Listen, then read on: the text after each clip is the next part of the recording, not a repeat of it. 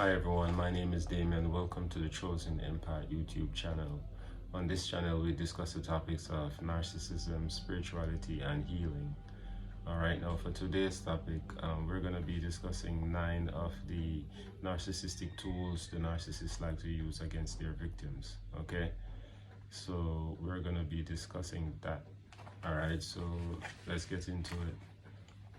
Now I have a list here, so I'm just going to call them and then explain them to you. Okay, so first on the list is triangulation. Okay, now triangulation is a tactic that the narcissists use to further gain control over that source of supply. Okay, so in order to do a triangulation, what they're going to do, they're going to bring a third person into the picture. Okay, so if it's a friend, if it's a friendship, a relationship, or even a parent, they can also triangulate their kids also. Okay, so say for instance in a friendship, you and the narcissist might be going on, you know, whether you're in the love bombing stage or you're in the devaluing stage now. But most of the time this happens in the devaluation stage, because in the love bombing stage you're trying to get you hooked in, so they don't want to do anything at that point to really mess up the flow of the love bombing stage. So they're gonna bring a third person in. You're gonna see the narcissist like giving that person time, talking to them, doing all of this. So you know, as the main source of supply, probably thinking that this is a normal relationship, and you're probably feeling some type of way seeing the narcissist giving that person all that attention and all these things. So you might feel some kind of way, and they're going to be doing that intentionally. Okay, they might even go as far to say this person is my best friend, and you know, say stuff like that we're to hurt you. Okay, and you're going to be there overhearing all of that, and you're gonna feel some type of way. You're probably not gonna want to say it or admit it to the narcissist at the time or something, but they know what they're doing when they're triangulating. Okay, so that is one of the ways they try to get you know to start doing everything better, try to please them more, give them admiration, and you know, just do all, just give them that source of supply, that narcissistic fuel that they need. Okay, so that's what the triangulation is there to do, to make you feel hurt and to make you try to work harder to please them. You understand? Yes, so that's triangulation for you. Now the next one we have on the list is breadcrumbs. Okay, breadcrumbs. Now the breadcrumbs is basically a tactic the narcissists use to keep you coming, keep like they got something dangling in front of you that you want, so you keep coming. All right, so what they'll do is that they'll sometimes they have in the devaluing stage, they will sometimes they might be juggling more than one source of supply, or maybe, I don't know, if maybe you're not that important to them, or they will just give you a little bit of bread, as I said, breadcrumbs. They just give you a little bit of time, a little bit of affection, or maybe it's sex, whatever it might be, to make you feel like, oh, you know, you haven't totally lost it with them. You understand? So they just give you bits and bits just to keep you on their side. All right, so they're not just gonna totally annihilate you, just giving you enough that's needed to keep you coming back. Okay, so that's what the breadcrumbing is all about, just to give you little crumbs. You know, they're not going to give you the whole bread, just give you little crumbs so that you can keep coming back and, you know, pleasing them, praising them, admiration, all of that. All right, so that's breadcrumbing. So that's 2 tactics gone down. All right, so the third one is gaslighting. Gaslighting. This was one of the big ones. All right, gaslighting is something that they do to make you want to doubt your reality. Okay, and this is to further make you have that brain fog, that I mentioned about in earlier videos. Okay, they want you to have constant brain fog where you just, you know, can't think straight, you're just confused, you can't see anything for what it is, you know, you're practically blinded. Okay, so gaslighting is where they want you to doubt your reality. So for instance, an example would be like if the narcissist said something to you this morning, whether in an argument or a discussion or something, and say in the evening you guys are talking about it, going over about that thing that you argue or discussed earlier in the morning, the narcissist will say, I never said that, or they said that's not the color that I told you the car had. They'll say red in the morning and then say blue in the evening. Okay, so that is gaslighting. So over time, when they do that to you over and over again, it makes you start to doubt yourself. If you start talking to them about something and they gaslight you, you probably just drop the argument or the conversation, and it would just make your mind just, you know, confused, and you doubt yourself. You say, oh well, maybe I didn't say it then, and you know, you start doubting yourself and just can't seem to believe anything, or like you probably think you're losing your memory or something. But that is gaslighting for you, understand? And I've experienced that myself, being gaslighted, but for me right now, the place that I'm in, the last time somebody did that with me, it just turned me off so much, and I don't even bother to mess with that person anymore, you know. Gaslighting, terrible. Alright, so projection. Alright, the narcissists, they like to project their own disgusting feelings and thoughts onto you. Okay, so remember, the narcissist wants to bring you down to their level. They can't come up to your level. Alright, because it's too much work for them. Alright, they're not naturally wired that way to be on the frequency that you're on, so they have to bring you down to their level. Alright, so they're gonna project onto you like their feelings, their emotions. You know, they're gonna try to make you believe like you're into this type of thing, or whatever it might be, whether it's something good, but it's mostly gonna be something bad from my experience.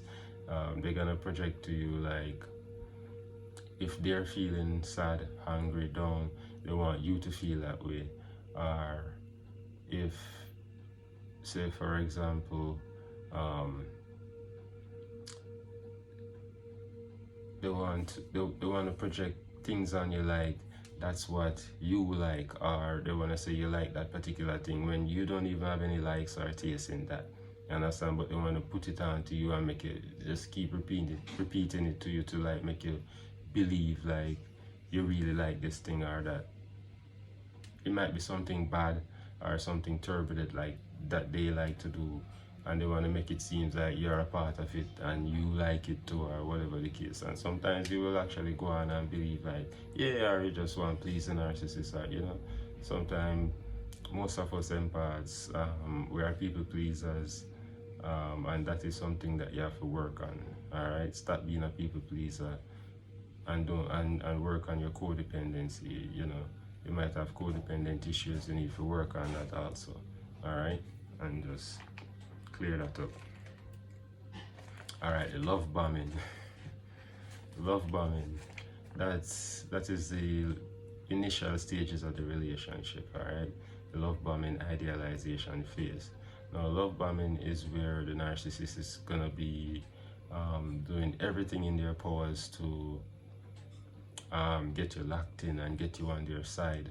You know, they're gonna be doing things for you like run errands. They're gonna come and pick you up, take you there, you know, whatever you guys like to do.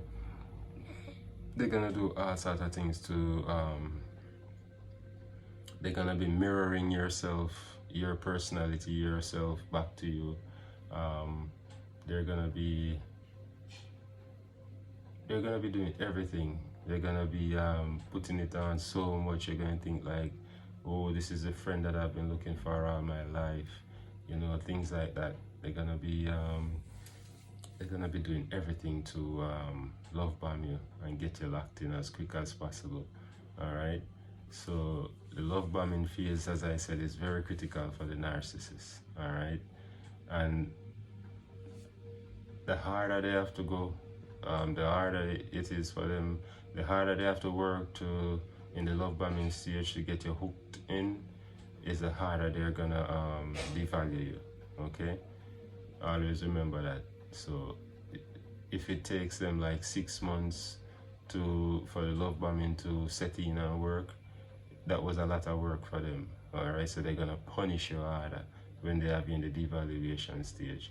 So love bombing, they probably come get you in that nice car, bring you to this place, and you know, if it's a relationship, they're gonna be buying you gifts, they're gonna be taking you out on dates, they're gonna be doing all kind of things in the love bombing stage. But remember, the love bombing is not real. All right, it's just they're mirroring your personality, yourself back to you. So that is what you're seeing, and you know, you're just fascinated by that. And you know, sometimes you guys, you like the treatment, you like because it's like a euphoric feeling, you know, it gives you a high. Like they always say, it's the devil's cocaine, you understand? So the love bombing phase is intense, and it really get you set in for the bumpy ride you're gonna have in the devaluation and the discard. You understand? Let me see what next is on the list now. Playing the victim, the narcissist, especially the covert narcissist. They love to play the victim. Okay, so they play the victim to get sympathy, for people to feel sorry for them, or people to, you know, say, oh, you're doing a good job, or whatever the case may be. Understand? So that is what it is about, you know, playing the victim. They get various things from that, you know, just playing the victim and putting the blame on other people, and you know, even when they are the cause of the issue or the fight or the problem, they always try to spin it around. So that's the narcissist for you right there. Now the smear campaign. The smear campaign. Alright, the smear campaign comes in after the discard, okay? But the smear campaign gonna start before the discard, you know. But it's gonna be really turned up once the discard is done, okay? So the smear campaign, they're gonna go around and tell lies on you. They're gonna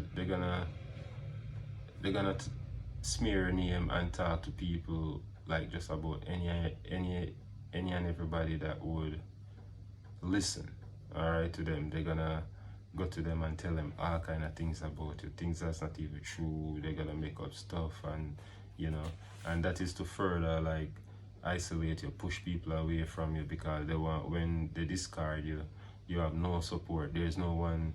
People might even believe everything the narcissist tell them before they even talk to you.